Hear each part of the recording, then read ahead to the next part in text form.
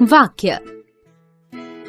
बच्चों, आज हम वाक्य के विषय में जानेंगे और समझेंगे कि वाक्य किसे कहते हैं, वाक्य के कितने भाग होते हैं, वाक्यों का वर्गीकरण किन आधारों पर किया जाता है। बच्चों, आओ समझें। अरे अरे ओ, क्या है बेटा, क्या हुआ? बड़े जोर से ऐसे ऐसे होता है, ऐसे ऐसे। ऐसे कैसे बेटा? ऐसे क्या होता है? ऐसे ऐसे पेट दबाता है। बच्चों, ऊपर हो रही बातचीत में एक दो शब्दों वाले वाक्य भी हैं जो पूरे वाक्य का अर्थ दे रहे हैं, जैसे ऐसे ऐसे, जिसका अर्थ है कि पेट में ऐसे ऐसे हो रहा है। अर्थात शब्दों का सार्थक समूह वाक्य कहलाता है। वाक्य के दो अंग होते हैं, उद्देश्य और विधेय। उद्देश्य, वाक्य में जिसके विषय में कुछ कहा जाता है वह उद्देश्य कहलाता है, अर्थात कर्ता ही उद्देश्य होता है। कर्ता के विशेषण भी उद्देश्य के अंतर्गत आते हैं, जैसे कामाक्षी कुछ देर तक वहीं खड़ी रही। इस वाक्य में कामाक्षी उद्देश्य है। विधेय, उद्देश्य अर्थात कर्ता के विषय में जो कुछ कहा जाता है वह विधेय कहलाता है। कर्म, कर्म के विशेषण, क्रिया तथा क्रिया विशेषण आदि इसके अंतर्गत आते हैं, जैसे उद्देश्य, विधेय। गांधी जी को बच्चों से बहुत प्रेम था। सरपंच के लड़के ने एल्बम को 25 रुपए में खरीदना चाहा। इन वाक्यों में रंगीन शब्द समूह विधेय हैं। बच्चों, आओ जानें। वाक्य के भेद दो आधारों पर किए जाते हैं, रचना के आधार पर और अर्थ के आधार पर। रचना के आधार पर वाक्य के तीन भेद होते हैं, सरल वाक्य, संयुक्त वाक्य और मिश्र वाक्य। सरल वाक्य, जिस वाक्य में एक उद्देश्य और एक विधेय होता है उसे सरल वाक्य कहते हैं। जैसे सभी छात्र मैदान में इकट्ठे हो गए। संयुक्त वाक्य, जिस वाक्य में दो या दो से अधिक वाक्य समुच्चय बोधक की सहायता से जुड़े हों उसे संयुक्त वाक्य कहते हैं। जैसे करण सुबह उठा और घूमने चला गया।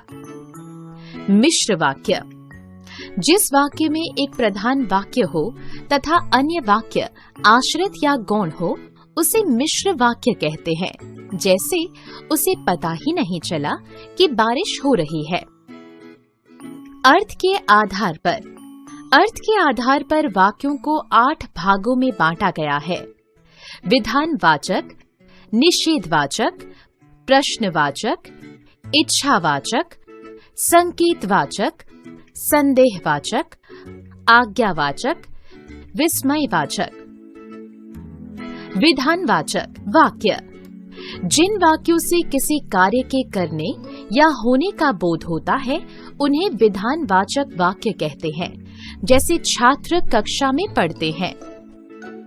निषेधवाचक वाक्य, जिन वाक्यों में क्रिया के ना होने या ना करने का बोध हो उन्हें निषेधवाचक वाक्य कहते हैं, जैसे काव्या फूल मत तोड़ो।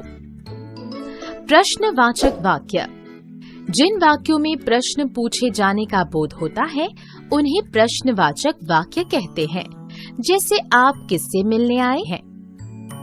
इच्छावाचक वाक्य, जिन वाक्यों में इच्छा, आशा, आशीर्वाद, शुभकामना आदि का बोध हो उन्हें इच्छावाचक वाक्य कहते हैं, जैसे आपकी यात्रा शुभ हो। संकेतवाचक वाक्य, जिन वाक्यों में एक क्रिया का होना दूसरी क्रिया पर निर्भर करता है उन्हें संकेतवाचक वाक्य कहते हैं, जैसे यदि वर्षा होगी तो फसल अच्छी होगी।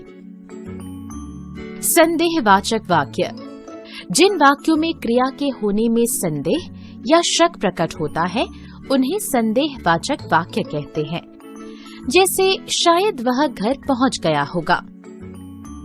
आज्ञावाचक वाक्य, जिन वाक्यों में आज्ञा, आदेश, अनुमति आदि का बोध हो उन्हें आज्ञावाचक वाक्य कहते हैं, जैसे सभी कल बसंत पुस्तक लेकर आए। विस्मयवाचक वाक्य। जिन वाक्यों में हर्ष, भय, घृणा, शोक आदि भाव प्रकट होते हैं उन्हें विस्मयवाचक वाक्य कहते हैं। जैसे वाह कितना सुंदर दृश्य है। आओ दोहराएं।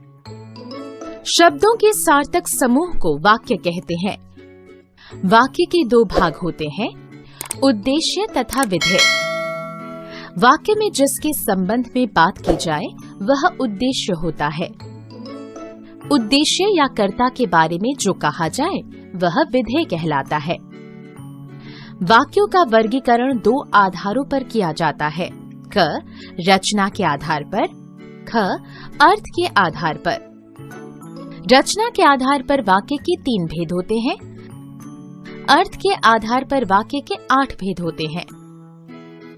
Tell me pretty lies, look me in the face, tell me that you love me, even if it's